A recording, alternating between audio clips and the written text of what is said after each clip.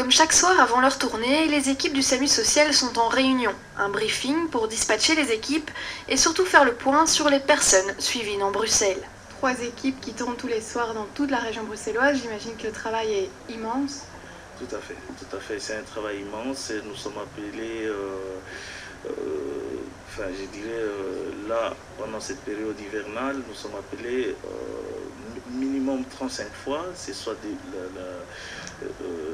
appels de la police, soit des urgences, soit des pompiers ou des ambulanciers qui estiment que la personne n'est pas malade, qui ne peut pas aller à l'hôpital, donc c'est à charge du SAMU. L'équipe du SAMU social se met rapidement en route pour sa première maraude à la rencontre de ceux qui dorment dans la rue. Ces travailleurs sociaux ont un circuit à faire, un circuit élaboré en fonction des sans-abri qu'ils connaissent ou ceux qui leur ont été signalés.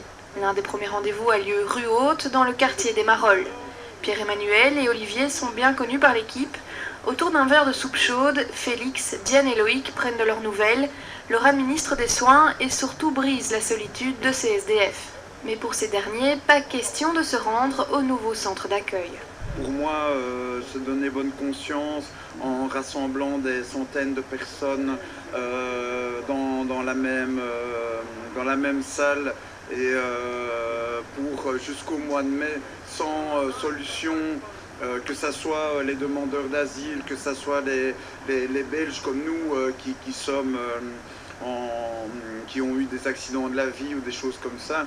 Je trouve ça vraiment, c'est de l'hypocrisie politique. Mais il faut déjà se dire au revoir et l'équipe se dirige vers Jette. À l'arrière d'un entrepôt désaffecté, dans un décor de véritable film d'horreur, il retrouve un sans-abri d'origine roumaine. Le vieil homme, après avoir travaillé 10 ans dans le bâtiment en Espagne, est venu en Belgique dans l'espoir de retrouver un emploi. Mais ça a été la désillusion et depuis des mois il vit dans ce squat insalubre, sans eau, sans électricité et bien sûr sans chauffage. Cette bougie est sa seule compagne pour la nuit. On essaie vraiment de partager un instant de vie déjà, de créer un lien de confiance, d'égal à égal, et par la suite après c'est plus des relations humaines que de relations je viens en aide au public de ce. L'homme refuse de suivre l'équipe vers le nouveau centre de nuit. Il a très peur qu'on lui vole ses quelques affaires en son absence. Souvent confronté à ce genre de situation, le SAMU social doit se résigner à le laisser là. Un peu plus tard, Félix et ses collègues sont appelés près de la gare centrale. Un sans-abri craint d'être atteint par la gale. Il va être emmené au centre de nuit pour être examiné par un médecin. Le voici, ce nouveau centre de nuit situé rue Royale. Il est la propriété du CPS de la ville de Bruxelles. Pour l'instant, 80 places y sont offertes aux plus démunis, mais à terme, il devrait offrir 400 lits.